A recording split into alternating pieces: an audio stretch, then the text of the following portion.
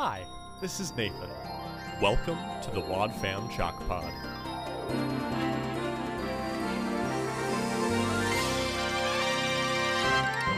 Hi, this is Andrew Acebo. I can't think of anything I'd rather do than hang around with you for a time of humor and analysis. Then again, getting a fresh block of Gouda cheese is exciting to me. Anyway, welcome back to the Wad Fam Chalk Pod. I almost stopped and got you a peanut butter Long John on the way here. Things you don't tell a man. I was so close, but I didn't want to be late. Next time, be late. Alright.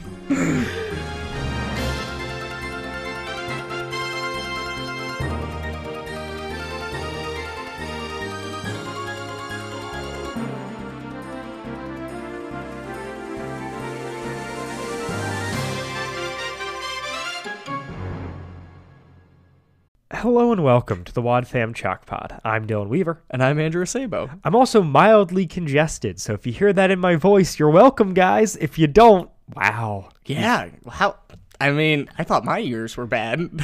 That hurts a little bit, Andrew. No, my ears are terrible. They are truly awful. I am very concerned for how I will age.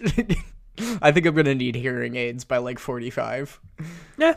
You know, they're getting better all the time. They are, and they're available without a prescription now, so thanks, Biden. That's very true. We are here to talk about episode 275, Second Thoughts, which is what I am having about recording an episode with Andrew. Because he can't hear me. He's just yelling so loud. Yeah, you know, we've made it this long. This is the first time I'm having second thoughts. Was it any of the times when Andrew was just sobbing before pressing record or any problems? I don't think we quite got to that level. No. I don't think tears have ever been shed during our recording window, Andrew. Not during a record, but I've definitely been very upset about things not related to this podcast right before recording. Sure, but to the extent of tears? Yeah, I think so. Maybe. We've shared some tender moments. Yeah, I'm not saying we haven't shared tender moments, Andrew. No, that's fair. I mean, Valentine's Day was last week. It was. What'd you do for Valentine's Day, Dylan? What did I do for Valentine's Day? Oh, I watched television with a friend. That sounds delightful. I mean, I watched television with my significant other, so, you know. Right. This was a very platonic friend. Yeah, no, I think that's probably better because with romantic relationships, there's so much pressure for Valentine's Day. It's ridiculous, and I will say, this isn't the Valentine's Day episode, but the expectation that the dude just figures it out all right all the time without the girl knowing, bad. It's a bad stereotype. It's a bad standard. We need to change it. See, and this is something I genuinely didn't know as someone who has never been in a relationship over Valentine's Day. Actually, that's not even true. My only relationship ever did happen over Valentine's Day, and I did nothing, maybe that's why it ended. Oh, man. Well, I mean, if we know anything, it's that high school Dylan was hesitant to shoot his shot, so yeah. I can't blame you for... Whereas adult Dylan, so much more eager. Brazen. I mean, he'd be going to parties where he knows nobody. I mean, there's always one person I know. No. It was just a stranger. He just walked in. It was a real Seinfeld situation. Anyway, this episode is not at all Valentine's Day related. It first aired July 30th of 1994. Glorious. It is written and directed by Marshall Younger. No, it is not. It is written by Marshall Younger, but it is directed by Paul McCusker. Oh, damn it. Hey, I appreciate you trying. I tried. For once, Andrew. I tried. You know, it's lovely to see you come out here and try and steal my show. But if you're going to do it, you should do it right. That's fair. I think we should just do an alley-oop where I say written by and you say directed by. Oh. And then maybe that could be kind of cute. I don't know. Sure. We'll workshop it with the Chalk Squad and see what they think. It's track 2 on album 21. Wish You Were Here. Banger of an album. I mean, yeah, we're going to have covered, I think, 8 episodes straight of it, and we've already covered episode 12. Yep. So it should be all but 3 by the end of this. Fantastic. But yeah, and then we've got cast in this episode because there's a bunch of people who we don't normally have on the show. Nothing too exciting, but we've got Heather Mail as Carrie, which is the daughter of this family that we are visiting. She's been in one other Odyssey episode and has literally no other credits beyond that. So a child. Yes. Cool. Seemingly a child. We've got Donna Christie as Sandra, who is the mother. She was a voice actor all throughout the 80s, though not on anything that I knew. She was also, though, recently in one episode of the Snowpiercer TV show, which I haven't seen, but I love that movie. Interesting. Yeah, the Snowpiercer movie is fantastic. And according to my dad, he liked the TV show as well. So. Yeah, I've heard good things. I mean, it's got Daveed Diggs in it, so how bad can it be?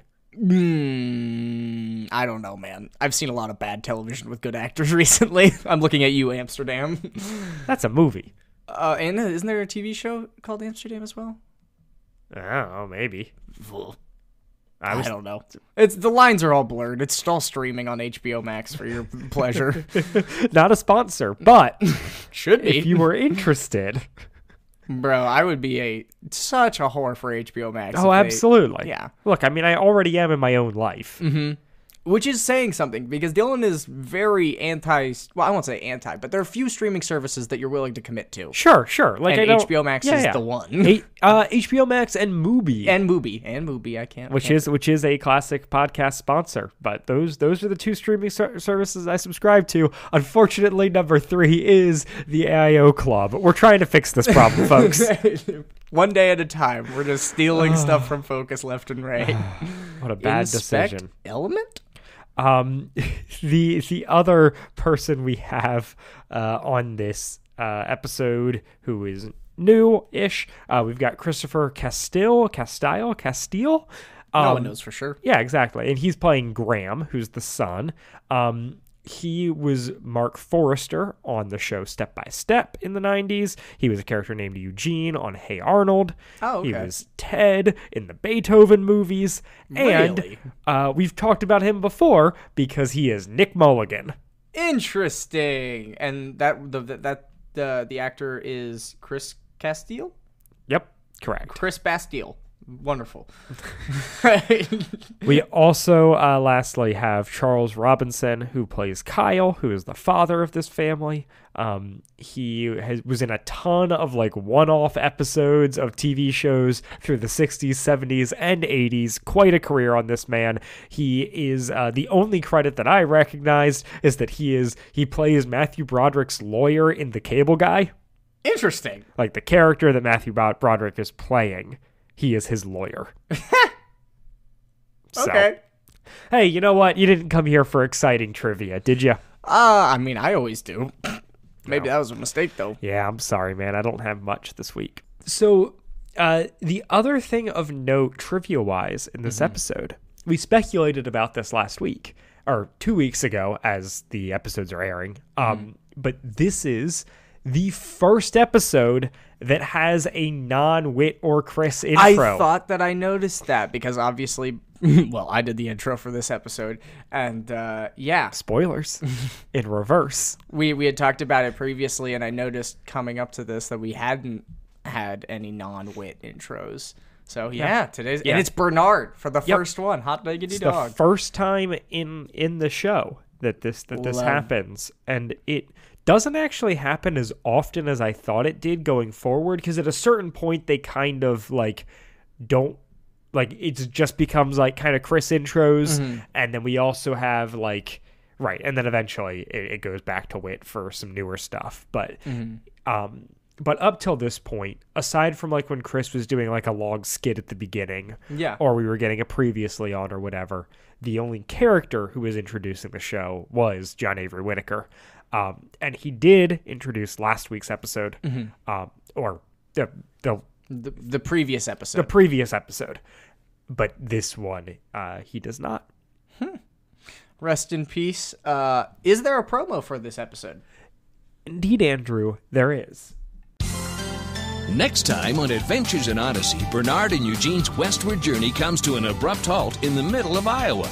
A minor car accident leaves them in need of repairs, which are provided by the Barnett family garage. But it seems Mr. Barnett and his son Graham may be the ones needing help before their family falls apart.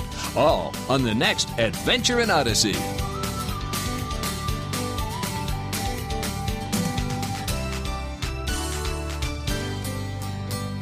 I kind of can't believe that he says before their family falls apart. Yeah, very Like, dramatic. Although, I mean, we'll talk about the family dynamic displayed in this here episode because this is an special. interesting episode. I'm excited to talk about it with you, Andrew. Yeah. Well, I mean, I'm more excited to talk about it with you, Dylan. Want to fight? Yes. Clearly, that's what we do here. So this episode begins with Bernard and Eugene going down a long stretch of road with nothing, and Just corn. Just corn. And Eugene is reading road signs to stimulate his brain because his laptop died. Yep. Bernard very upset about it. Classic, like, you kids don't know how to do anything without your darn computers. And so he suggests 20 questions. Yep. And Bernard says, I'm thinking of a thing. And Eugene says, Is it corn? Bernard's like, I don't like this game anymore. So he goes back to reading road signs. Andrew, what is your passing the time strategy in a car ride?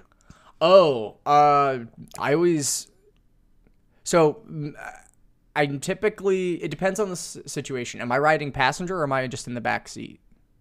Give me both. Okay. If I'm in the back seat, I'm not responsible for keeping the driver awake. I'm probably just going to either listen to a podcast, take a nap, or if I don't have access to any screens, typically just make conversation or meditate or read or something. I can read in cars, which is good. That's a I'm rare jealous. skill. I can barely listen to podcasts in cars. Wow. Oh, yeah. Big car sick boy over here. I mean, I'm a big car sick boy as well. You just said you can read in cars. You can't say I read in cars and then say I'm not for a long big period of time. You cannot have it both ways, Andrew. You can't say big car sick boy. I do struggle and with. Say, I have struggled with car sickness in cars. I didn't mean. I to understand step on your that toes. people can contain multitudes. However, you can't contain those two. That makes perfect sense. It's true though. I do have some ability to read in cars for a short period of time. Like I've been able to do homework and stuff like that. But it is difficult and it makes my head hurt really quickly. Yeah. Well, sorry. I'll let you finish. No, continue. I was going to say, I did, however, once edit this podcast in a car yes, I remember you telling me about while that. driving to Maine. You weren't driving. Correct. I was in the back seat. Hotkeying. I was imagining like a police officer driving and they're like lurking up license plates with their editing podcast. Yeah. Yeah, I wish I could tell you which episode, but I have no recollection of that. Though we could figure it out based on time. But yeah, I did edit a podcast in a car one time, which was a good deal. But I generally just talk. Yeah, do you remember do you have memory of traveling in a car in a time before personal electronics? So yes and no. I like when you mean a personal electronics, are you going to include a Game Boy? Yeah. Okay. Then what about like a Walkman? Would that be personal electronics? Yeah. Okay. Then no. The answer's no. Okay. Because that's what I was generally, because my family famously late adopters technology wise, up until I was 10, there was no, like everyone was just in the car together and that was it. Yeah. And so, yeah, I mean that, like, we would borrow audiobooks on CD from the public library and do that. Yeah. That was a decent, like, strategy. Did a lot of, like, Andrew Clements during that time. Always good. We also... I played Legos in the car all the time. I would always bring, like, a little box of minifigures and play in the car. That's lovely. That would not have flown for us. Really? Yeah. Because of messes or Yeah, what? yeah, You just don't want losing Lego pieces? Yes, and Okay, that's fair. but the other, so yeah, I have recollections of just like sitting in the back as like my parents have a conversation or like listening to music. My dad got like an iPod with an FM, like an iPod Classic and an FM override that plugged into it so that we could like listen to his iPod in the car. Yeah. Which was like revolutionary. Oh, no, I remember that. With the first iPods and the cassette tape aux. His wasn't a cassette tape. His was radio override. Well, the cassette tape was better. Yeah, it was, but he didn't have a cassette tape player in his truck. But yeah, I remember that. But my favorite of the, and so we would do games like, you know, like an I Spy or doing the letter game where you're trying to find each of the letters of the alphabet in order, like that sort of stuff. But the all-timer for me is so my dad at one point, he got his new truck, and one of the features of the new truck was that it showed the temperature outside. And so we would always be, most of these car rides that I think about in this way, we were driving up to my cabin because that's where we would go. So what was it, about at 3 night. hours? 4-hour drive. 4 hours. North in the state, up in the mountains. And so we would all, like, at the beginning of the trip, dial in and claim what we thought the temperature was going to be when we arrived, and then watch as the number ticked down as it got later in the night and further north. And He's got sports book betting going on in the back. Correct. And so it was a very suspenseful thing of you gotta, yeah, it was definitely audiobooks. A lot of the road trips that we had, they were 10-hour or 11-hour drives to Maine with stops. And oftentimes it'd be 12 with stops and traffic for 6 people to get to Maine. And yeah, we had a VHS player in the van, so that was nice and helpful. Yeah. But that's right. That's a luxury I never experienced. It was nice, but it was obviously a big problem because my dad wanted to listen to music, so he would stay awake, and the kids just wanted to watch movies. So, there was always that bit of a struggle there. And then, but oftentimes what we would do is we would put on Disney music or musicals, and we'd all just sing along. That's cute. It was a very common thing for us to just be dancing in the car on the interstate in Connecticut or something to Mulan or Wicked or Toy Story or the Muppet movie once that came out in 2008, I want to say, or 2007. We listened to that a lot. That was a big, because they were all my dad's musical theater, Grace, Colleen, both musical theater, Brendan, musical theater. I'm the only one that didn't. So instead, you made this podcast. Instead, I am the goofball that makes the talented people feel comfortable doing what they're good at. That's my role in life. I have the lack of shame to get people to enjoy themselves. I love that for you. Thanks. Everybody listening to this podcast is like, you do not. That is none of the reasons why I listen to you. Or they're all like, this is the Dylan Andrew dynamic. Oh, man. So, yeah. Where are we? Yeah. Eugene's hoping. Eugene's hoping for a town to stop in. He's like, maybe that's a booming metropolis. Bernard's like, no, we're in the middle of Iowa. Iowa.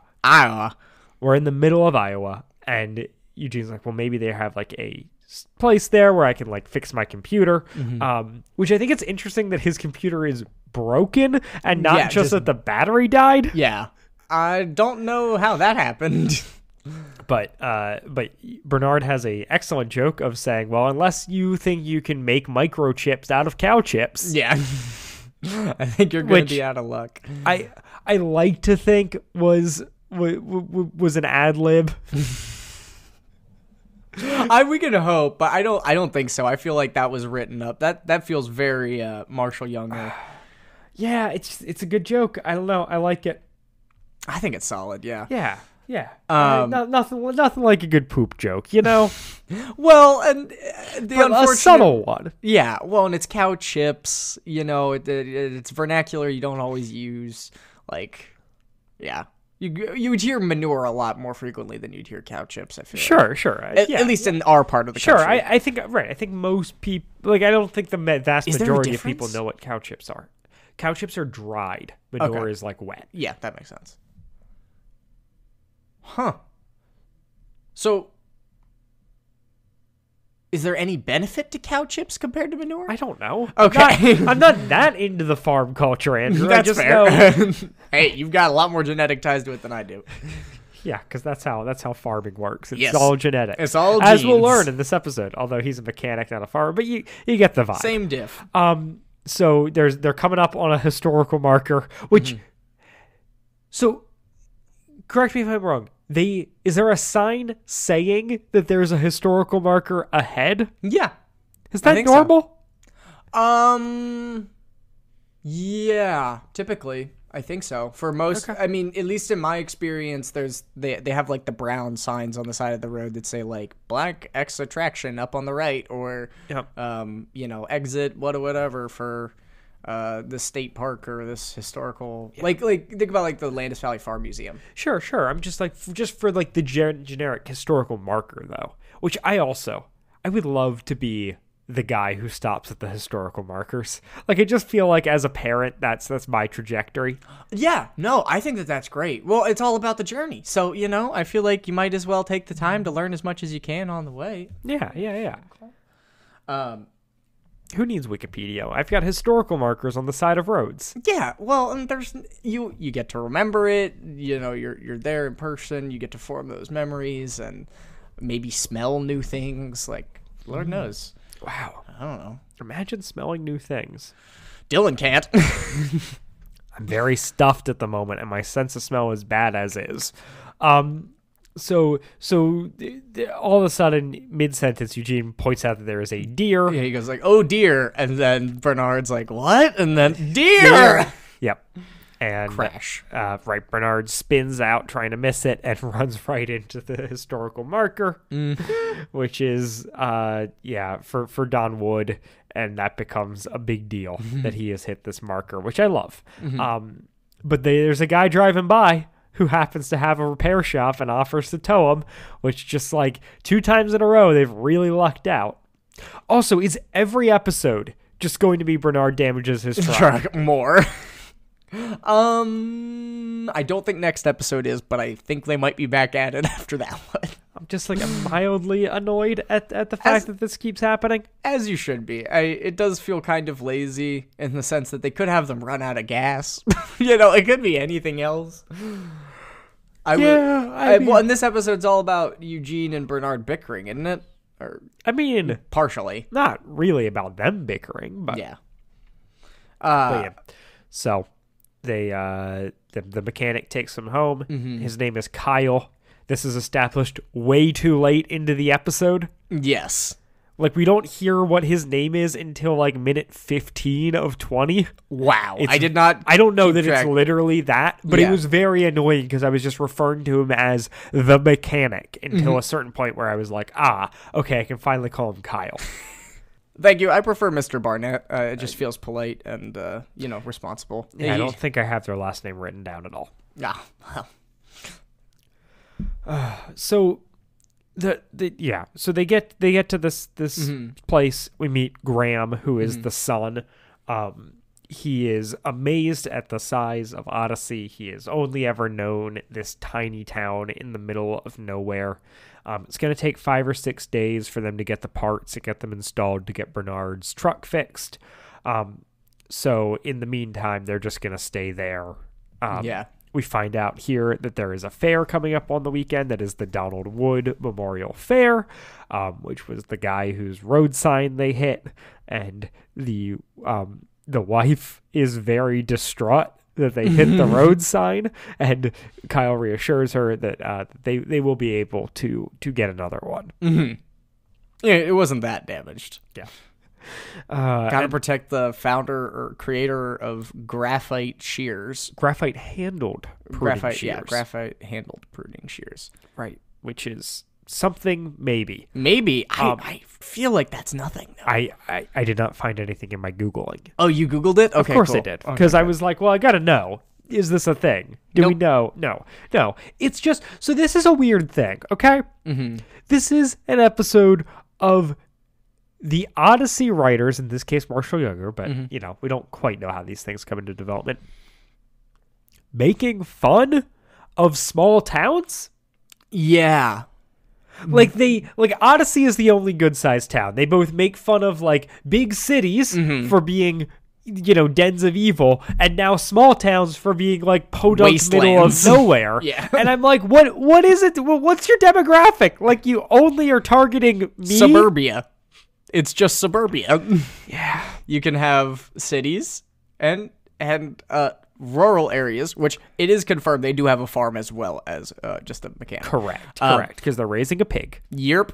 And everything else that's not a suburb is where the Satan lives. If you don't have a white picket fence to keep him out, I mean, how the hell are you supposed to do it? It's weird. It's weird for them to be like taking digs at small town America when that feels like that's the kind of crux of their show. Well, I don't think that they could do something like this now. Like, I think that it would have to be very different. I feel like because of their demographic now and the audience that they pitch to, I feel like they would have to paint them in a much more positive light. I think that you can still hit on the fact that it's a town in the middle of nowhere in Iowa, sure, but I think that the way that the dad is portrayed and how small everything is and how unaware and like almost willfully ignorant they are of everything, I feel like they would get so much more pushback now where it's like, well, not all farmers. Yeah, fair. And this is, so Eugene and Bernard are told that they can stay at their house. Mm-hmm. Here. And so we get a lot of interactions of Graham talking to them about Odyssey, marveling over the fact that they've got all these computer stores. You ever seen a bank robbery? Right. And then they're talking about going to... Yeah. So Kyle is...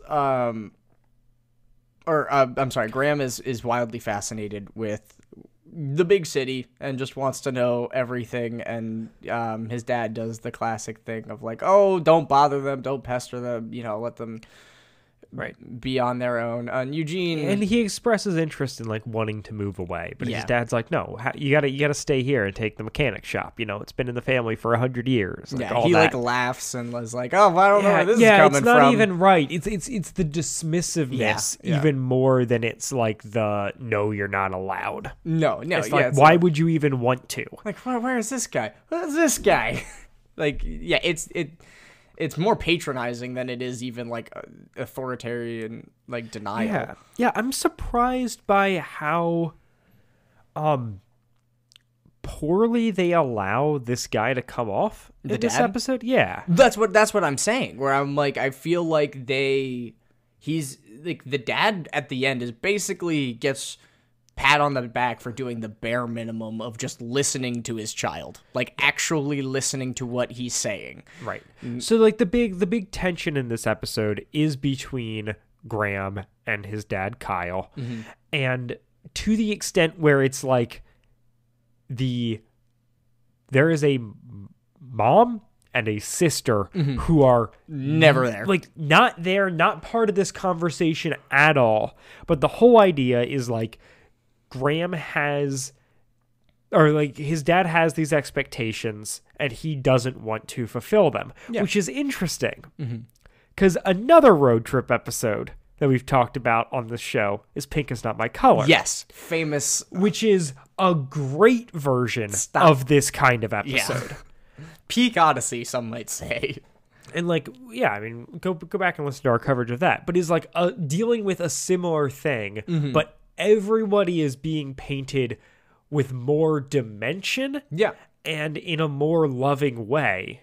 And this episode is dealing with similar themes, but just in like a very like broad brush, ham-fisted, and kind of, I'm just surprised that they didn't give the dad more of an out, that it just kind of concludes with, no, you were fully wrong.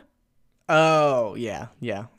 Like, they end up rewarding him for doing the bare minimum, but they also condemn every action up till then. Yeah. Like, it's not a give and take. No. It's interesting that, the dad is doing most of the learning here. Right. But not much learning. No. And so... And he's not really interfacing with it in a complex way or anything. Because I would say that, from what I remember of Pink Is Not My Color, the thing that we liked so much about it was, and I think that was written by Kathy Buchanan. It's a Nathan Hoopler. Oh, it's a Nathan Hoopler. There was so much complexity within the characters that was able to be shined through in the layers of the story as it was developed, whereas this feels very one note, where it's like...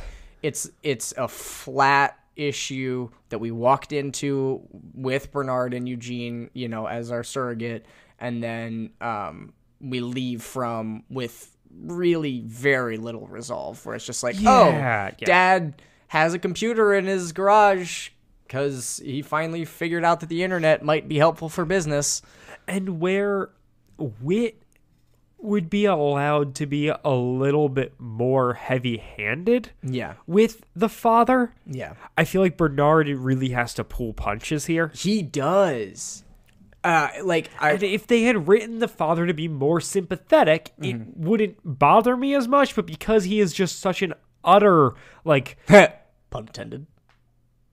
Because cows? Yeah. Sure. That's such a stretch for this episode about a farm. A farm with pigs, Andrew. I know. Maybe just one pig. Maybe just and a mechanic shop, but because we need that for the plot. But it's just So the deal. This town is so small that it just got a traffic light this year, and Graham is talking to Eugene about how, he just doesn't like his life here. His dad's overbearing about him taking over the company and about this farm, and he doesn't value his interest in computers, and he's just like, Eugene, take me with you to San Diego. And Eugene's like, no. I can't kidnap a child, which, excellent take, firmly supported by this podcast. Yep. Yeah, we agree. And then we cut to Bernard and Kyle talking. And Bernard's talking about how long this farm's been in his family for 100 years, and, Graham's going to take it over for him, but these days he doesn't seem to be that interested in it. And Graham makes a comment about, maybe you'd have another son and he could take over it. Once again, this daughter, not relevant. Yeah, garbage. She's physically incapable of doing anything, actually. And this is... It's a good thing she doesn't have feelings or emotions, because otherwise it'd be really inconvenient. I imagine this is a scenario that is relatable to a lot of people. It's just not to me. I didn't have that pressure from my parents on, what to do with my life. Which is interesting, because your dad does own a business. Correct. But that was never, there was never an expectation that I picked up on that was going to be mine to carry on. I think people around us would often make comments about it. Okay, that's fair. Where it's, my dad would run into a friend and, I'd be standing there and he'd be like, the friend would be like, so when are you going to take over the company or whatever? Stuff like that, but not never where I felt that pressure, this had to be my future. Impending ownership. He's gonna die and it's mine now. Yeah. That's interesting. That was something Which is I wanted to ask you about. Right. Because you are, out of the two of us, you're the one with the dad that owns his own business. Right. And my dad owns it with his brother, and his brother had 2 daughters, so I'm the oldest son in the business. Yeah. And it was just never a thing. Yeah. Well, and I think that works out to your dad's advantage, because now, you have 2 younger brothers that both work for him, correct? Just one of them works for him. But yeah, I think when you don't put the pressure, then they're able to more naturally fall into to place. And I don't know that either of my brothers will end up owning the company, but yeah. So my great uncle, so my grandma's dad, I guess it'd be my great grandfather, opened a mechanic shop outside of Detroit, I think in Rochester, Michigan, in like 1908 or something like that. Like, it's been open for an absurdly long amount of time, and it's gone through 3 generations, and they finally ended up having to sell it to another family because of similar problems where people were like, hey, we got to pass this on to somebody, but the people we have to do so don't really want it, so let's give it to good hands to people that appreciate it more. And I never really appreciated it as a kid because I didn't understand how much stress went into that, but I think that they handled it really well, all things considered, because at least now I know, like, the shop's in good hands, and the people that are working there were, like, close family friends of my family, and there was trust there that they have similar values, and they understand what it means to the community to keep it the way that it is. Yeah. So, like, I feel like this whole you have to take over for your son thing is just so medieval, for lack of a better word. Sure. Like, it's just like we've got other ways to do this. Yeah. And if you're worried about your son making enough money, I guarantee you there's more money in computers than there is in farming. Yeah. I mean, there is also a value to recognizing the time that this episode came out in and whatnot, and that, like... Well, it's actually probably around the same time that my family was selling, though. I'm just saying, like, the 94 of it all being, like, computers, what are these? Yeah. I'm like, I get that. Yeah, Like, well, especially in small-town America. Like, right. 94 in Iowa? Right. At a time where, like, the internet as we know it today did not exist. Yeah.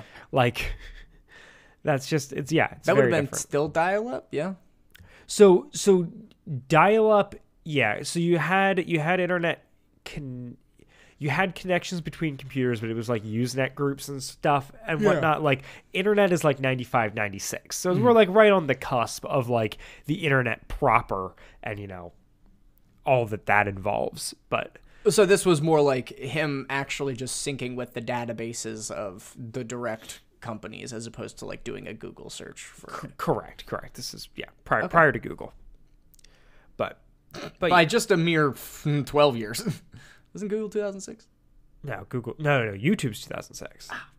Or Google buys YouTube in 2006. YouTube might be 2004, but regardless. Okay. Anyways, Google's been around for a while, but this is not at this point. Anyways, so then they're having this conversation, Bernard and Kyle, and a policeman pulls in, and who Kyle knows by name because it's a small town, and it's Graham's in the back seat, and he reveals that Graham took the station wagon for a joyride with a pig in the back seat. And I love the small town cop trope, which is just like, we just drop kids back off with their parents. Yeah. Like, there's no legality that matters here. We were just like, look, don't do that. Your parents will be more disciplinary towards you than I would be as a police officer. Some would argue that that's how it should be handled. Some might argue that community intervention is better if not done by the police. But oh yeah, no. Yep. Yeah, I feel it is very, it's the small town of it all. I mean, and Odyssey gets away with it a little bit, but this especially feels like I'll see you in church on Sunday. Like, yep. You sit one pew behind me. Yep. And you're going to give my son some dirty looks for driving around with his pig. Yeah. And man, I don't know if there's a better Odyssey quote than "You were going down Route 24 with a pig in the backseat." Yeah. Like, man, if I had any musical talent, like, that's a country song waiting to happen right there. No, the best Odyssey quote is still "Bleebs, my man." I was thinking about that earlier this week. I was just sitting at my computer typing a paper, and I was like, "Bleebs, my man." It's such peak comedy. I don't know. It has good. no right It's to be good. in there. But yeah, so Graham reveals that he was trying to sell the pig to get money to go to California. Yeah, he initially lies saying that he's going to sell the pig because his dad wants him to get the pig super nice so he can sell it at the state fair for a bunch of money. And one of the things that's established between Bernard and Dad, Kyle, is that Kyle used to care a ton about the state fair and go all the time. Yeah. He, was very important. It's a big deal for the town. It's big business. He says it over and over again. And so he wants Kyle, who has apparently the best pig, to, really sell out for trying to win the ribbon so he can sell his prize-winning pig for a lot of money. Yeah. And so this is why Graham then says, like, oh, I was just going to sell the pig to get some money. And Dad's like, no, you're lying. What were you actually going to do? And he's like, I was going to sell the pig to get some money to leave. And then Dad gets super upset and grounds him.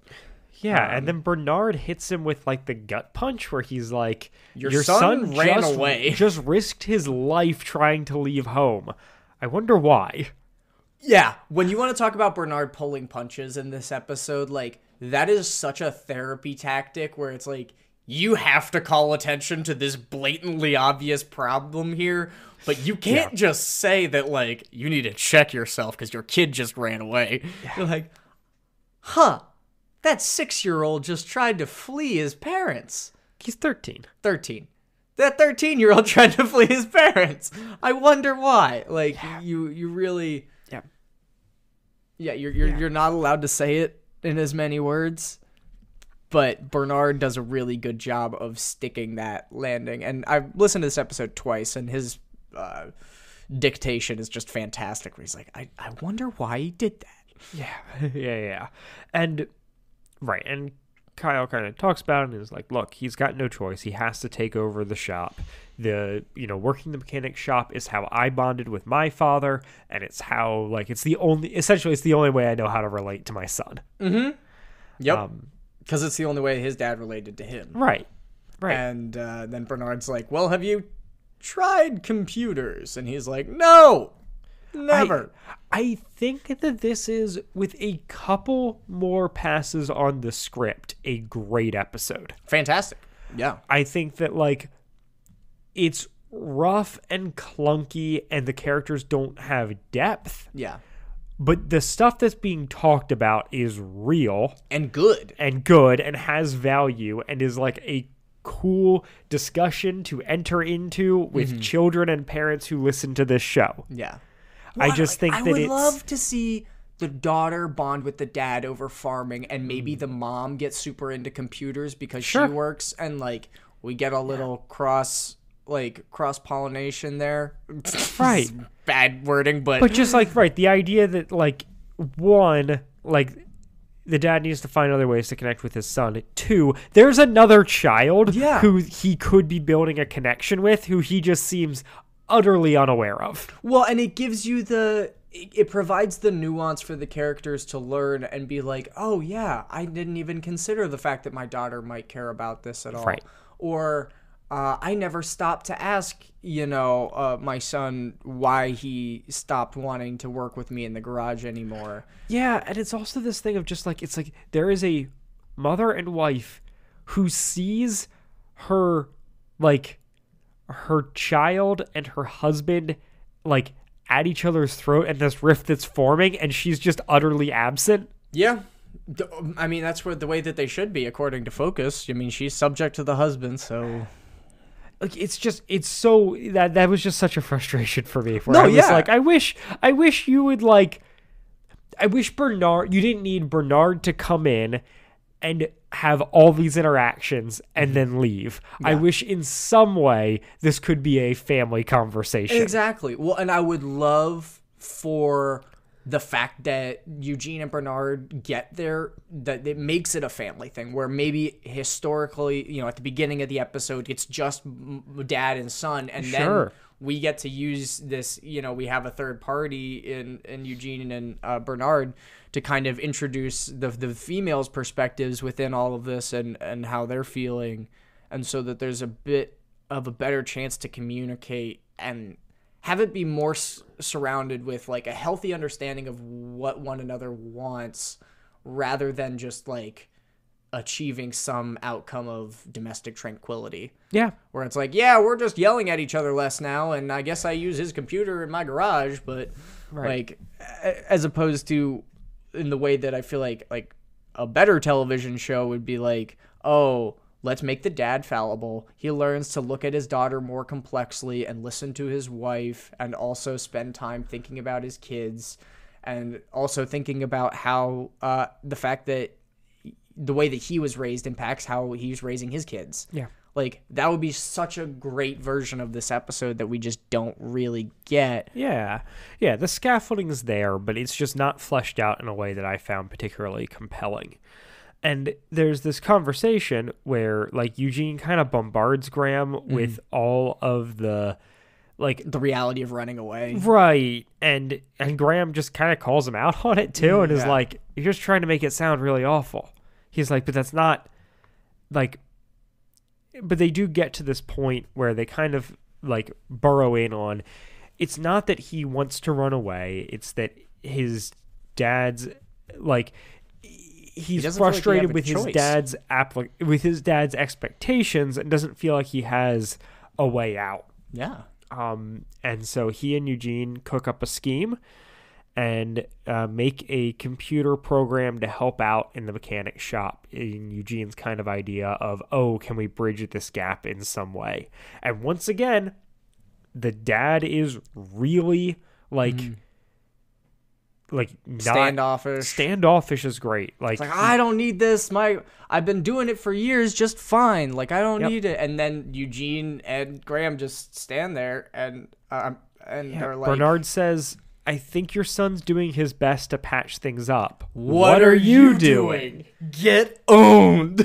And that's kind of the extent of the resolution we get. Yeah. We get a final scene, which is them at the fair talking about the fact that there's like pruning shears 3 stories high. Yeah. And Bernard gets his wife like a necklace with flashing pruning shears and whatever. But there's no more resolution to their story. It's just like the son went above and beyond to try and mend things. Yeah. And the dad like begrudgingly agreed to it. Mm-hmm. And now they'll live happily ever after? Yeah, with such wonderful communication between 2 members of a 4-person household. Yeah. Yeah. I mean, no, there are parts of this episode that I like. You know, the podunk, middle of nowhere, change of scenery is kind of nice. And I don't hate, hearing new voices, getting to know new characters and stuff like that, but I do find this to be, like you said, like, this is a beat that Odyssey has hit before, and they hit again after this, and I think that they just do it better at other times. Yeah, not to say that this episode doesn't have its funny moments, but I think that... it feels like a first draft in a lot of ways. Like, I'm just like, they're scratching the surface of a lot of interesting stuff, and they're just not willing to commit to it, and they don't really stick the landing. And the characters all kind of feel one-dimensional and more or less unresolved by the end of it. Yeah. And so it's just an episode that, like, leaves me yearning for more. Exactly. Which, I mean, some might say is a good thing, but I would argue it's not, because we leave. We don't get to come back. We don't ever get more. Right. These aren't going to be characters that recur, and we get to see, how they're doing, in another 6 months. Like, this is it. They go on living their life, and we can just hope that it improves because of Bernard and Eugene's intervention. Mm-hmm. Oh. Yeah, so, do you sometimes have trouble talking to your mom or dad? What should you do about it, Dylan? I feel like I've got a pretty good relationship with them, but thanks for asking, Andrew. I would say that I sometimes do, but most of the time I don't. And I have a really great relationship with my parents. Most of the time, if I have a hard time talking to them about something, it's typically something I'm embarrassed about, where like I felt like I either expect better from myself or that I could have done something better. But I get over that pretty quickly, and then just be like, "Oh, Mom, help!" Yeah. I didn't really have any pressure from my parents as far as what to do career-wise. That's not true. My parents just wanted me to make money. They wanted me to be a dentist really bad. And so if I wasn't going to be a dentist, I needed to do something to make money. Okay. You weren't going to be an artist. Yeah, no, certainly not. I mean, But you do paint well. oh, thanks. I don't think so, but Yeah, you're not allowed to think so because you're the tortured artist. Yes, but exactly. The subjective third party that I am thinks that your painting is good. thank you. I appreciate it. I should do it more. Crap, I lost my train of thought. That's all right. Anything else you want to say this episode, or do you want to just get out of here? I think that I'm good. Yeah, I liked it. I'm excited to see where. Well, I know where it goes from here. I'm excited for the next episode. Love Eugene. Love Bernard. Yeah. Love the road trip. Good people. We like them. I'm worried about Bernard's car. I'm real worried. I don't remember if it makes it to San Diego or not, but I have a strong feeling it doesn't. Yeah. Andrew, anything you'd like to plug this week? Oh boy, do I! Man, I pick a movie, pick a something or other.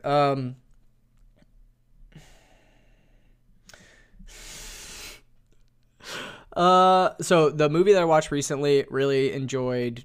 It's called Being There. Came out in 1979. Stars Peter Sellers. Yeah, that's his name. I believe, yeah, is his name. It's really very interesting. It's all about a guy who is raised entirely inside of a house, just watching TV. Like, that's all he knows. He never learned how to read or write. And his estranged father figure / employer dies, so he's forced to face the real world. And yeah, it's a really funny, dark, satirical comedy, kind of about the way that... Wait, Peter Sellers in a dark satirical comedy? Who would have thought? But he absolutely knocks it out of the park. The ending's fantastic. I think watching it from a modern lens is so interesting because it just reads like straight autism or something close to autism. And so, like, watching it from a modern perspective, I'm like, yeah, no, this is actually kind of how it works for some people, where they're saying one thing and other people are naturally assuming they're meaning something else because of a certain understanding that they don't actually share. So would definitely recommend watching it. It's funny, it's anti-capitalist, it's anti like white patriarchy. It's great. It's really funny. I enjoyed it, and yeah, it's like 2 hours. What about you, Dylan? What are you plugging? I'm going to recommend the other movie Andrew watched recently. Andrew recently watched many movies. Andrew recently watched Before Sunrise, which is a perfect movie. Richard Linklater, mid-90s. Julie Delphi, Ethan Hawke So hot. meet on a train and have a little dalliance, a little fling. Yeah. Around Prague. Where are they? Do you remember? Vienna. Vienna. Yep. Yes, of course it's Vienna. Yeah. And it's an absolute delight if you just want to see two people talking for a while. Yeah. It's on the aforementioned HBO Max as this episode is being recorded. And but there will be a sponsored by- link in the description as always to where you can stream it. But yeah, great movie, big recommend from me, and I'm plugging it only because Andrew recently saw it. Yeah, no, and it was either that or Being There that I was going to plug for today's episode. So I'm glad I got to hit both. Yep. All right. With all that being said, we're going to be back next week for episode 276, Third Degree. Bye, guys. Bye. WadFam Chalk Pod is a presentation of the Lidditz Podcast Co-op. This show is a fan podcast and has no official affiliation with Adventures in Odyssey or Focus on the Family. As such, the copyright is ours under Creative Commons. Follow the podcast at WadFamChalkPod on Twitter and Instagram, or email us at wadfamchalkpod@gmail.com. Second Thoughts was hosted by Dylan Weaver and Andrew Acebo, and edited by Dylan Weaver. And I'm Nathan Haverstick, hoping you'll join us again next time for more of the WadFam Chalk Pod.